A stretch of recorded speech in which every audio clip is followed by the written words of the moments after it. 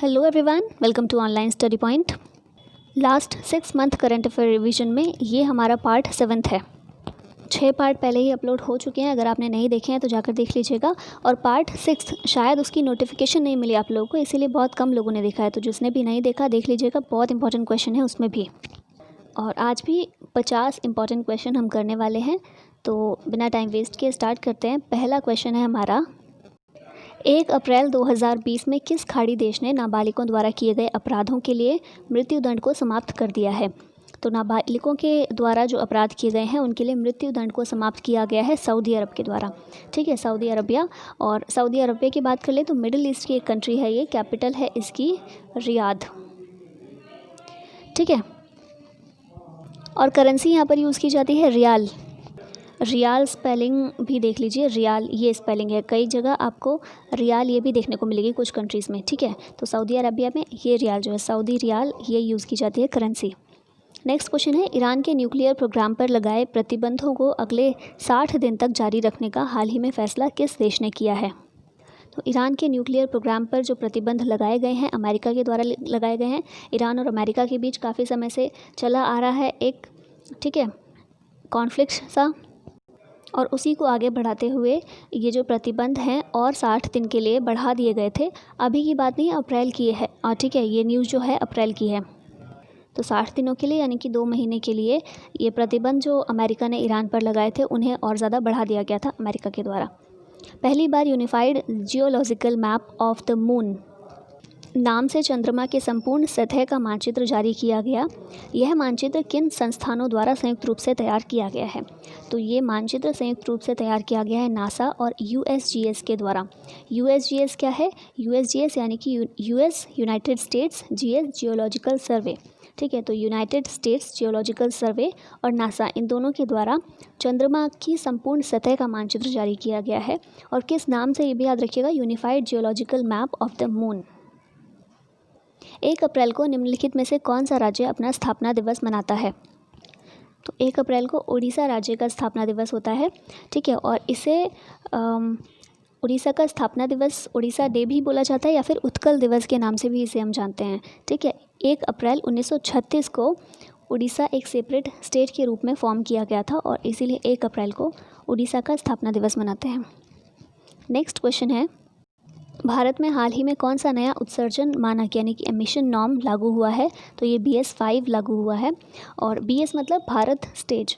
ठीक है, और ये एमिशन नॉर्म्स हैं, उत्सर्जन मानक हैं, यानी कि जितने भी मोटर व्हीकल होते हैं वो उत्सर्जन एमिशन जो करते हैं, कितना एमिशन करेंगे कितना नहीं करेंगे, उसकी एक लिमिट तय कर दी जाती है कि जो भी मोटर व्हीकल कंपनीज़ हैं किस तरह की मोटर व्हीकल बनाएं ताकि उनसे कम एमिशन हो और प्रदूषण को कंट्रोल किया जा सके। जिससे भारत और चीन के बीच शुरू किए गए राजनयिक संबंधों ने हाल ही में 70 वर्ष पूरे किए हैं।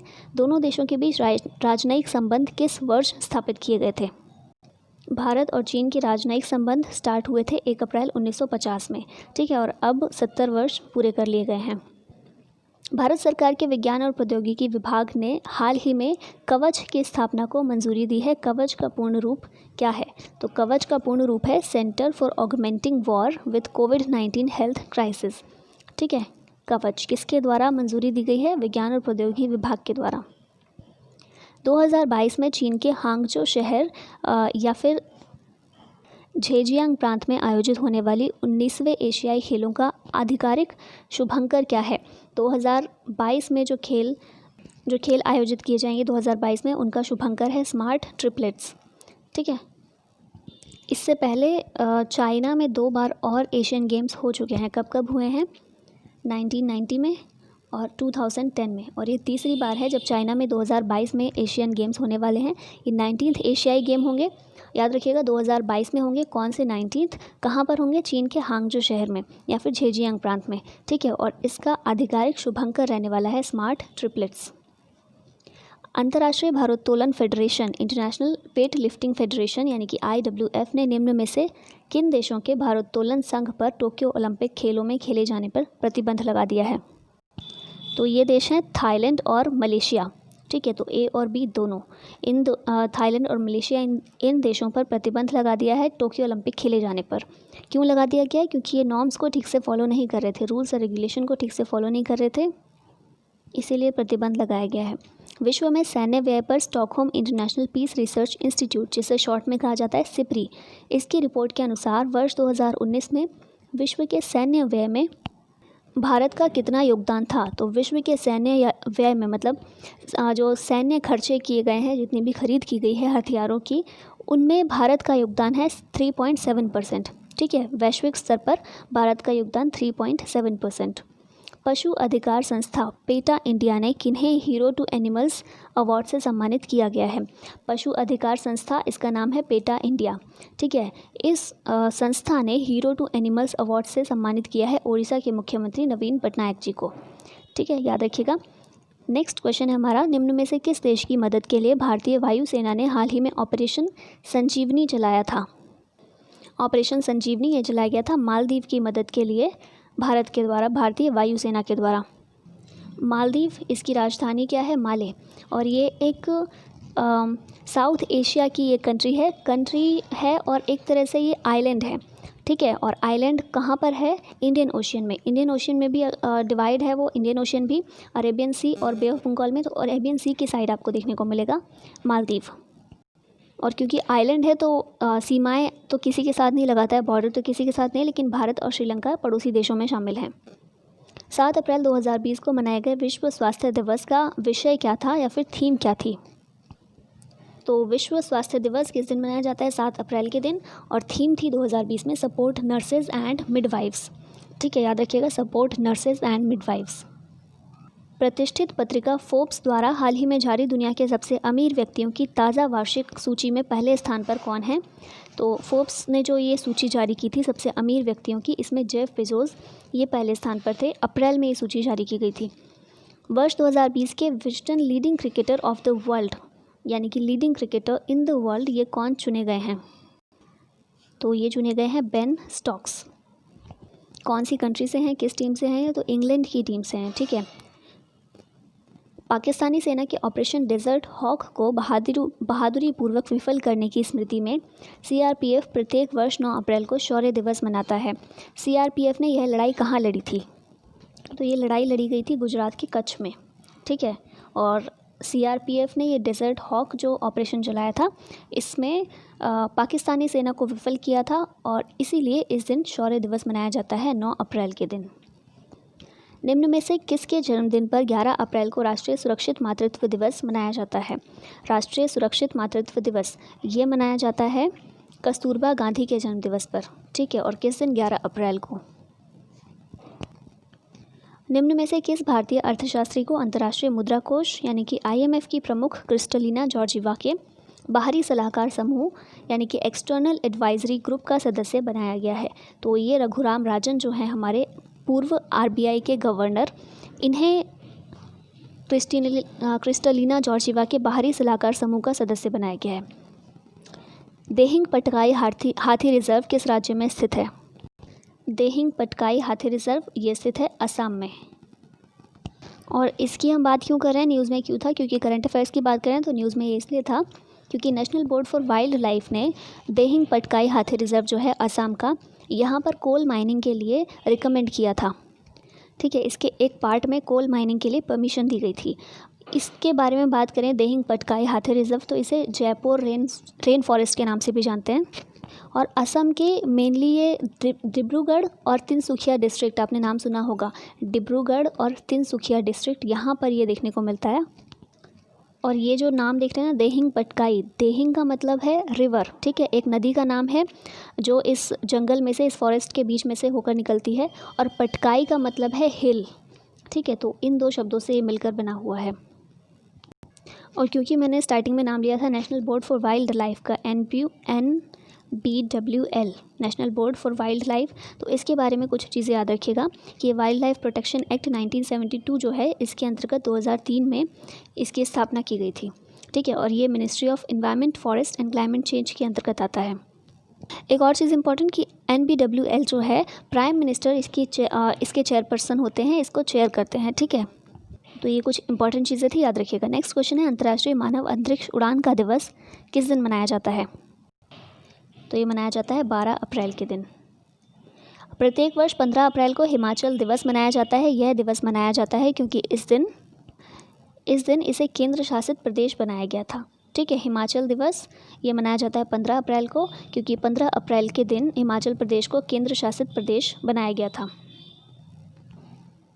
किसने केंद्रीय सतर्कता आयोग में नए सतर्कता आयुक्त के रूप में शपथ ग्रहण किया? तो ये हैं सुरेश एन पटेल। इन्होंने केंद्रीय सतर्कता आयोग में नए सतर्कता आयुक्त के रूप में शपथ ग्रहण की। केंद्र सरकार द्वारा कौन संयुक्त राष्ट्र में भारत के नए स्थायी प्रतिनिधि नियुक्त हुए? तो ये है टी.एस. तिरुमूर्ति। तो ऑप्शन नंबर डी जो है ये ठीक होगा, टी.एस. तिरुमूर्ति। ये संयुक्त राष्ट्रों में यूनाइटेड नेशंस में भारत के नए स्थायी प्रतिनिधि नियुक्त हुए हैं। अंतर्राष्ट्रीय मुक्केबाजी महासंघ ने भारत को दिए गए पुरुषों की विश्व मुक्केबाजी चैंपियनशिप 2021 की मेज़बानी रद्द कर दी है। अब इस चैंपियनशिप की मेज़बानी किस देश को सौंपी गई है? तो अब ये मेज़बानी दी गई है सर्बिया को। ठीक है, एक चीज़ में कन्फ्यूजन हमेशा लोग रहते हैं, सर्बिया और साइबेरिया दोनों अलग अलग हैं। साइबेरिया ये रशिया का एक रीजन है, ठीक है, और सर्बिया एक कंट्री है जिसकी राजधानी है बेलग्रेड। ठीक है, और ये इम्पॉर्टेंट है, बेलग्रेड आपने सुना होगा अगर, नैम जो है नॉन अलाइन मूवमेंट, उसका जो पहला सम्मेलन हुआ था वो बेलग्रेड में ही हुआ था, तो इसलिए भी बेलग्रेड याद रखना इंपॉर्टेंट है और आपने ज़रूर ये नाम सुना ही होगा। तो सर्बिया की राजधानी है बेलग्रेड और ये बाल्कन कंट्री है सर्बिया। और एक चीज़ इंपॉर्टेंट कि ये लैंड लॉक्ड कंट्री है। करेंसी यहाँ पर यूज़ की जाती है सर्बियन दिनार। केंद्र सरकार ने किसे लोक उद्यम चयन बोर्ड का नया अध्यक्ष नियुक्त किया है? तो ये राजीव कुमार हैं। कोविड-19 के उपचार हेतु वाइटल नामक एक नया हार्ड प्रेशर वेंटिलेटर किसके द्वारा बनाया गया है? तो ये बनाया गया है नासा के इंजीनियरों के द्वारा। कोविड-19 के उपचार के लिए वाइटल नामक एक नया हार्ड प्रेशर वेंटिलेटर, ठीक है, इसका नाम है वाइटल, किसके द्वारा बनाया गया है? नासा के इंजीनियर्स के द्वारा। किस नगर निगम ने क्वारंटाइन लोगों की निगरानी के लिए संयम मोबाइल एप्लीकेशन लॉन्च किया? संयम मोबाइल एप्लीकेशन ये लॉन्च किया गया पुणे नगर निगम के द्वारा। ठीक है, मोबाइल एप्लीकेशन नाम याद रखिएगा, संयम। प्रथम वर्चुअल पीटर्सबर्ग जलवायु संवाद 2020 आयोजित किया गया। इस संवाद की सह अध्यक्षता किसके द्वारा की गई थी? इसकी सह अध्यक्षता की गई थी जर्मनी और ब्रिटेन के द्वारा। ठीक है, और ये पहला वर्चुअल पीटर्सबर्ग जलवायु संवाद था और इसमें मेनली बात की गई थी कि पेरिस एग्रीमेंट जो हुआ था 2015 में, उसको किस तरह से आगे लेकर जाना है, उसको किस तरह से अब लागू करने की ओर किस तरह से कदम उठाने हैं, तो इस बारे में चर्चा हुई थी इस जलवायु संवाद में। हाल ही में भारत की किस अग्रणी दुपहिया कंपनी ने यूनाइटेड किंगडम की 122 साल पुरानी मोटरसाइकिल कंपनी नॉर्टन का अधिग्रहण कर लिया है? तो ये है टीवीएस। ठीक है, भारत की ये दुपहिया कंपनी है, मतलब मोटर बाइक्स जो होती हैं उन्हें बनाने का ये काम करती है टीवीएस। इसके द्वारा यूके की 122 साल पुरानी मोटरसाइकिल कंपनी नॉर्टन का अधिग्रहण कर लिया गया है। किस वैश्विक कंपनी ने रिलायंस जियो प्लेटफॉर्म में 9.99% हिस्सेदारी खरीदने की घोषणा की है? तो ये वैश्विक कंपनी जो रिलायंस जियो में 9.99% की हिस्सेदारी खरीदेगी, ये है फेसबुक। ठीक है, फेसबुक के द्वारा रिलायंस जियो की कुछ हिस्सेदारी खरीदी जाएगी। सिप्री द्वारा जारी विश्व सैन्य खर्च प्रवृत्तियां रिपोर्ट 2019 में सैन्य खर्च के मामले में भारत का कौन सा स्थान है? तो भारत का स्थान इसमें है तीसरा। ठीक है, और हमने परसेंटेज देखा था कि भारत ने वैश्विक स्तर पर कुल 3.7% सैन्य खर्च में जो सैन्य खर्च है भारत का 3.7% रहा है। और स्थान की बात यहाँ पर की गई है, रैंक वाइज भारत तीसरे स्थान पर है। किसने बॉम्बे उच्च न्यायालय के नए मुख्य न्यायाधीश के रूप में शपथ लिया? तो यह न्यायमूर्ति दीपांकर दत्ता।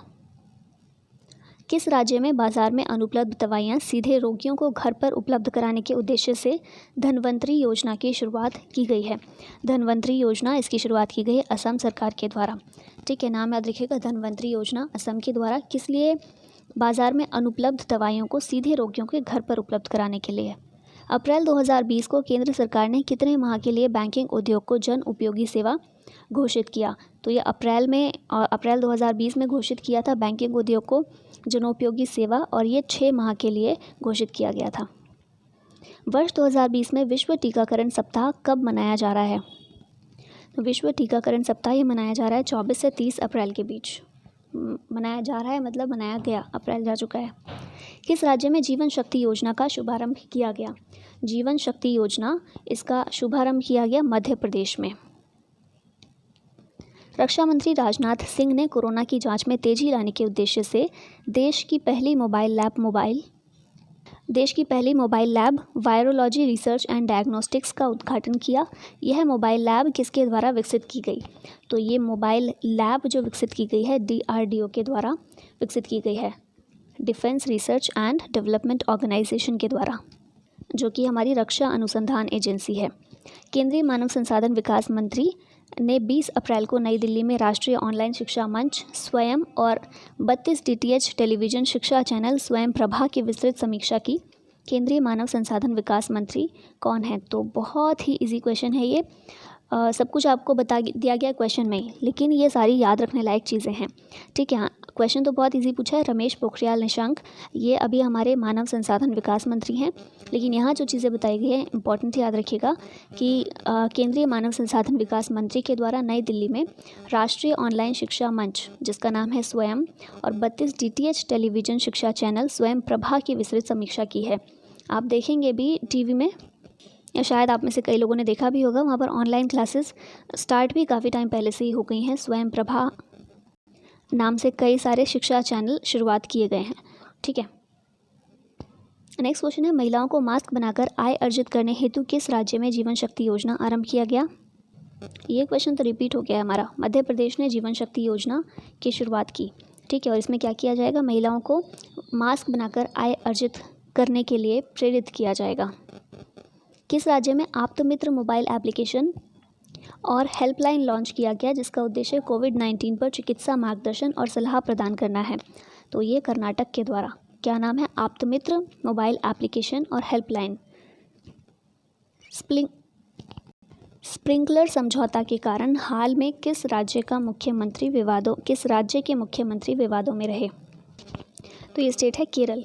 और ये स्प्रिंकलर समझौता क्या है? तो स्प्रिंकलर ये एक टेक कंपनी है, ठीक है। और इस टेक कंपनी के हेल्प से ही कोविड-19 हॉटस्पॉट जो है स्टेट में, वहाँ पर यूज़ किया जाएगा। स्प्रिंकलर कंपनी उसमें समझौता किया है स्प्रिंकलर कंपनी के साथ केरल ने, और इस कंपनी की हेल्प ली जाएगी कोविड-19 के लिए, ताकि कोविड-19 के स्प्रेड को कम किया जा सके।